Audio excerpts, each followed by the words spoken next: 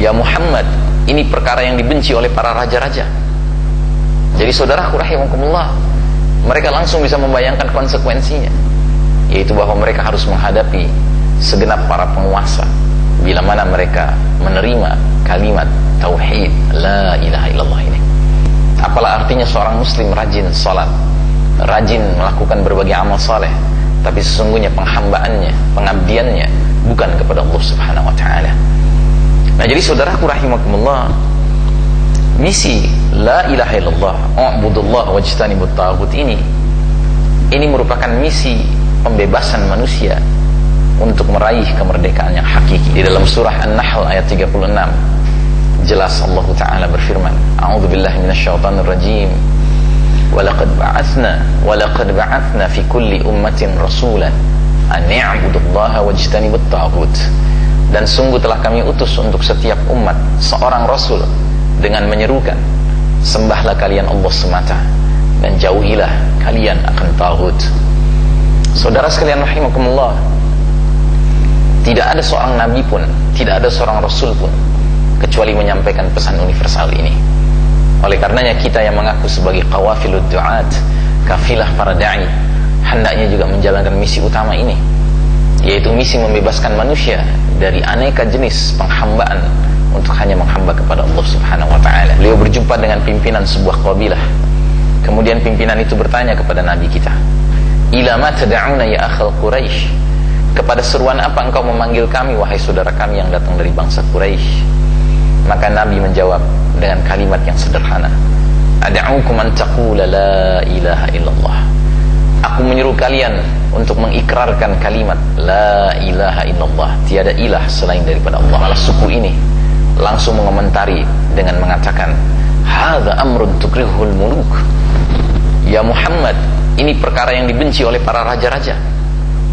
Jadi saudaraku rahimakumullah, mereka langsung bisa membayangkan konsekuensinya, yaitu bahwa mereka harus menghadapi segenap para penguasa bila mana mereka menerima kalimat tauhid la ilaha illallah ini.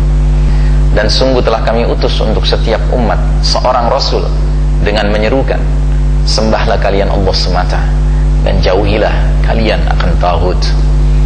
Saudara sekalian rahimakumullah, tidak ada seorang nabi pun, tidak ada seorang rasul pun kecuali menyampaikan pesan universal ini. Oleh karenanya kita yang mengaku sebagai qawafilud du'at, kafilah para da'i, hendaknya juga menjalankan misi utama ini, yaitu misi membebaskan manusia dari aneka jenis penghambaan untuk hanya menghamba kepada Allah Subhanahu wa taala. Ini merupakan hal yang paling fundamental bagi seorang muslim. Apalah artinya seorang muslim rajin salat, rajin melakukan berbagai amal saleh, tapi sesungguhnya penghambaannya, pengabdiannya bukan kepada Allah Subhanahu wa taala.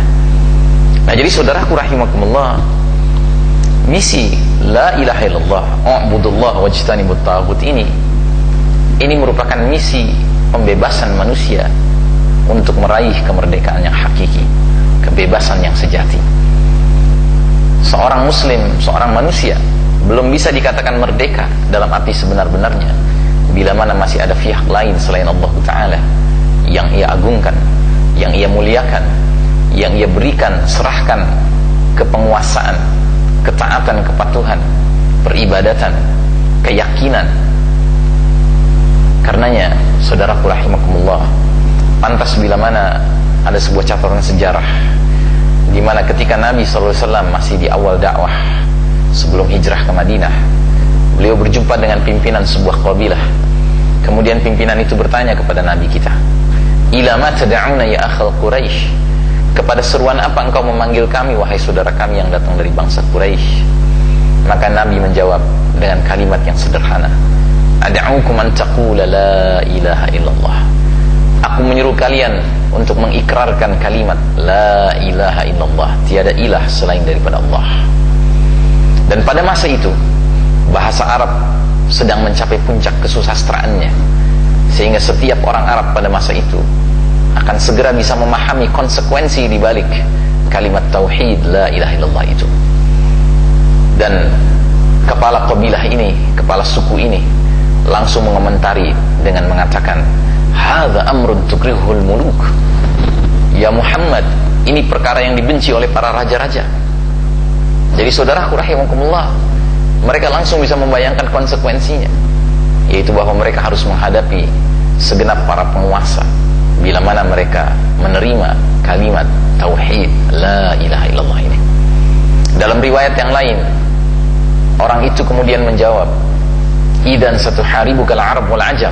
Kalau begini caranya wahai Muhammad, engkau bakal diperangi oleh segenap bangsa Arab dan bangsa asing. Nah, jadi saudaraku rahimakumullah, kalimat tauhid, kalimat la ilaha illallah yang merupakan statement pembebasan diri manusia dari penghambaan sesama manusia untuk hanya menghamba kepada Allah Ta'ala, merupakan seruan utama Nabi Muhammad SAW. Ini merupakan perkara akidah, perkara keimanan. Dan ketika beliau mengawali dakwahnya dengan kalimat ini, beliau menghadapi begitu banyak rintangan, bahkan menghadapi begitu banyak perlawanan, sehingga beliau dengan para pengikutnya harus menerima berbagai ujian, cobaan, siksaan, pengusiran, pemenjaraan, pemboikotan, sampai bahkan pembunuhan. Sedemikian rupa mereka menghadapi berbagai ujian dan cobaan itu, sampai-sampai seorang Khabbab bin al-Arat radhiyallahu anhu, sahabat yang juga banyak mengalami penganiayaan oleh orang-orang musyrik semenjak beliau masuk Islam, pada suatu hari datang kepada Nabi SAW, kemudian menyampaikan komplain, menyampaikan keluhan. Ya Rasulullah, bagaimana ini nasib para sahabat-sahabat kita? Mereka dianiaya, mereka diusir dari rumah, mereka dipenjara, mereka disiksa di bawah terik matahari, bahkan mereka dibunuh. Apakah ya Rasulullah tidak saatnya engkau memohon kepada Allah Ta'ala pertolongan? Nabi yang asalnya sedang bersandar santai di salah satu dinding Ka'bah, tiba-tiba duduk tegap, menatap wajah, menyorot matanya dengan tajam ke arah Khabbab bin al-Arat. Kemudian beliau bertanya kepada Khabbab, ya Khabbab, belumkah datang kepada engkau berita tentang orang-orang beriman terdahulu? Mereka begitu sabar menghadapi ujian dan cobaan. Mereka ditanam hidup-hidup di dalam bumi, seluruh badannya kecuali kepalanya, leher dan kepalanya di atas permukaan bumi. Lalu kepalanya itu digergaji, dibelah menjadi dua, tapi mereka sabar dalam keimanan. Ada lagi mereka, orang-orang beriman terdahulu, yang disisir dengan sisir besi, sehingga kulitnya dan dagingnya terkelupas, sehingga terlihat tulangnya, tetapi mereka sabar dalam keimanan. Wallahi, demi Allah, kata Nabi, Allah Ta'ala akan memenangkan agama ini, sehingga seorang manusia akan bisa berjalan dari San'a hingga Hadramaut tidak memiliki rasa takut selain kepada Allah Ta'ala. Walakinnakum tasta'jilun, tetapi kalian tergesa-gesa. Jadi saudaraku rahimakumullah, bila mana kita komit dengan misi utama yang pertama ini, yaitu misi mengajak manusia membebaskan diri dari penghambaan sesama manusia untuk hanya menghamba kepada Allah Ta'ala, sudah sepantasnya kita bersiap diri menghadapi berbagai bentuk rintangan, tantangan, pemboikotan, pengisolasian, dan lain sebagainya. Itu perkara yang sudah dilalui oleh para pendahulu kita. Maka saudaraku rahimakumullah, bila mana kita berdakwah, tetapi kemudian kita menyangka dakwah kita ini seharusnya tidak ada rintangannya, tidak ada kesulitannya, tidak ada bahkan perlawanan dari masyarakat, maka hanya dua kemungkinan. Kemungkinannya adalah masyarakat itu memang sudah masyarakat yang bertauhid, sehingga mereka menerima sepenuhnya seruan la ilaha illallah. Atau kemungkinan kedua, jangan-jangan kita baru merasa bahwa kita sedang berdakwah, tetapi sesungguhnya kita bukan berdakwah. Hanya kita berdakwah, melakukan kegiatan atas nama tauhid, tapi sesungguhnya bukan tauhid yang kita tawarkan, sehingga tidak ada perlawanan yang kita hadapi dari masyarakat ini. Saudaraku rahimakumullah, semoga kita termasuk hamba-hamba Allah yang bertauhid dalam arti sebenarnya, betapapun resiko yang harus kita hadapi. Aqulu qawli hadza fastaghfirullah li wa lakum, billahi taufiq wal hidayah, al'afu minkum, uhibbukum fillah. Wassalamu alaikum warahmatullahi wabarakatuh.